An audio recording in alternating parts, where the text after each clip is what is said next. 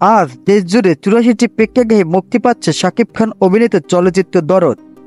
বাংলাদেশ সহ 20টি দেশে আসছে এটি, যেখানে তার নায়িকা বলিউডের সোনাল চৌহান। মুক্তির উপলক্ষে এবার ভিডিও বার্তা দিলেন এই অভিনেত্রী।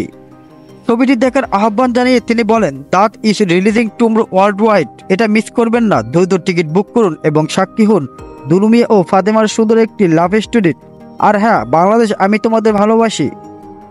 বাংলাদেশ ভারত যৌথ প্রযোজনায় দরদের হিন্দি নাম দাঁত শুধু দেশেই নয়, মুক্তি পাচ্ছে 20টি দেশে একযোগে।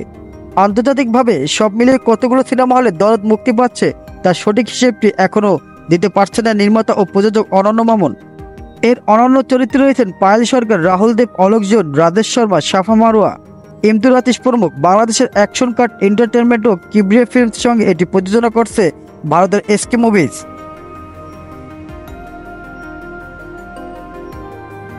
ভিডিওটা ভালো লাগলে অবশ্যই ভিডিওতে একটি লাইক করে দিন এবং চ্যানেলটি সাবস্ক্রাইব করে দিন। ধন্যবাদ।